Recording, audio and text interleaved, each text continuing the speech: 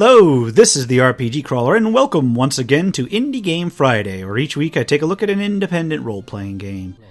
This week I'm going to look into the tactical combat RPG realm and check out Regalia of Men and Monarchs. Developed by Pixelated Milk and published by Clabator, I believe. It is released on May 18th, 2017, and is currently available on Steam and GOG.com for $24.99 US. Regalia of Men and Monarchs is a humorous tactical combat RPG with elements of strategy, town building, NPC customization, diplomacy, and so forth. There's actually a lot to cover in it, so I'm mostly just going to brush over the basics throughout. The storyline starts with you and your immediate retinue and family members inheriting some faraway noble estate. Upon arrival, it turns out to be a long abandoned and in need of repairs and rebuilding. Frustrated, the characters are about to depart when they are approached by a sinister fellow who says that they are responsible for the repayment of some old debt. The only way they can do so is to restore their inherited kingdom to its glory to meet an ever-increasing demand each cycle.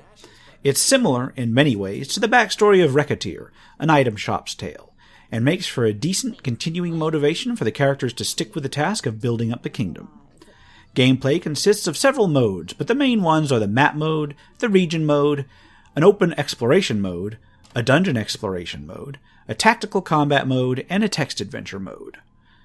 In map mode, you are faced with the area of the kingdom, with each screen or section allowing entry and showing what NPCs that you know of are available in that particular area. You can move freely between these areas in order to interact with said NPCs.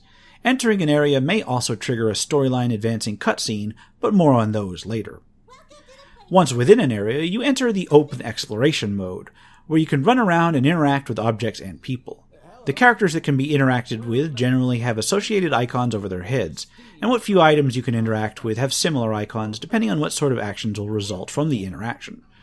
The region overview shows the various areas which you can explore on the overworld. Adjacent areas take a day to travel to, and may contain a dungeon or other feature, which may in and of itself take additional days to explore. Not all dungeons are underground, and generally consist of a string of different sorts of encounters. Dungeon exploration mode resembles more of a flowchart, in fact, with nodes representing different sorts of encounters linked in a particular order. Advancing from one to the next generally requires completion of prior encounters. Encounters can be combat-based, free exploration-based, as I described before, or invoke a text adventure style mode. The text adventure style mode presents paragraphs of text and gives various options to respond to the scenario. These options may result in a number of different outcomes, including combat, and may affect a character's relationships with one another. Finally, the tactical combat mode is a big part of the game. It is turn-based and takes place on a grid with various obstacles and terrain present. Character actions are taken in order of initiative, with each character able to move before and after their action, provided they haven't used all of their movement points. Individual actions have different effects, and may incorporate additional movement and status effects within them. Each character also has an ultimate technique, which takes authority points, and may also burn an authority point to take an additional action that turn. Authority points are shared by all characters on the player's side and accrue at 1 per turn. Damage is to be delivered to a character's hit points, which there is no way to regain during a particular combat. However, certain actions may grant a character shield points instead, which are taken by most attacks before hit points, although a few ignore them. If the character is reduced to no hit points, they are then disabled and may not be used in subsequent battles until the player reaches a camp node or exits the dungeon. After each combat, the party gains experience with the possibility for various treasure and resources. Resources include DLC, gemstones, and other things which are used to improve your town as well as to craft items. Various treasures that drop include equipable trinkets. All of this rolls into a character advancement process in the game. Rather than having to trace individual experience for each of what may eventually be a large number of NPCs, your entire party advances in level based on the experience that you earn in combat. This is of benefit because you may not unlock certain NPCs until later, and in this way you don't have to worry about leaving some characters behind, only to find them under-leveled when you finally need them. Likewise, equipment has been simplified. Instead of a complex equipment layout, each character only has one particular type of weapon and a couple trinkets. All characters can wear all trinkets, but the weapons are specific to each character. You may also build up relationships with various characters, which will unlock certain traits. A character can equip a few traits depending on what events have been encountered and your progress in the game. Between these traits, trinkets, and weapon upgrades, you can customize an individual character relatively well. The entire game is limited by the days taken, and as travel and interactions with your NPC party members take certain days, you have to be cognizant of your timeline overall. Each chapter gives a number of quests to partake in, and a smaller number of story quests, as well as a main goal that has to be met before a particular day.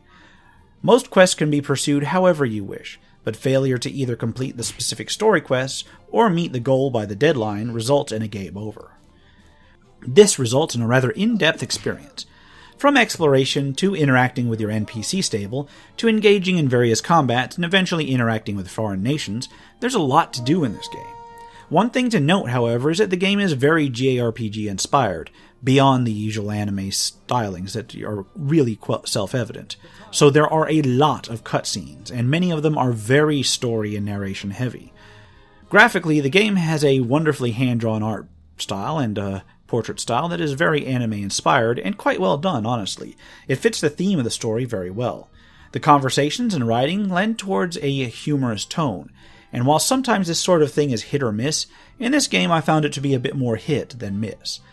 This all combines to make playing this game a genuinely pleasant experience, and that's coming from someone who admittedly doesn't like JRPGs that much. It's an interesting game with very nice art stylings, amusing characters, and a storyline that allows for what should be a fair amount of exploration. Alas, in my limited time with the game, I wasn't really able to tell if this holds true past the first several hours, but extrapolating from the amount of content and other NPCs that can be unlocked, it seems that the game may indeed maintain this for quite some time. So the real question is it worth the asking price? I would say yes if you're a fan of tactical RPGs, especially JRPG-styled ones. If nothing else, it seems like something one should really keep an eye on in case of sales and so forth.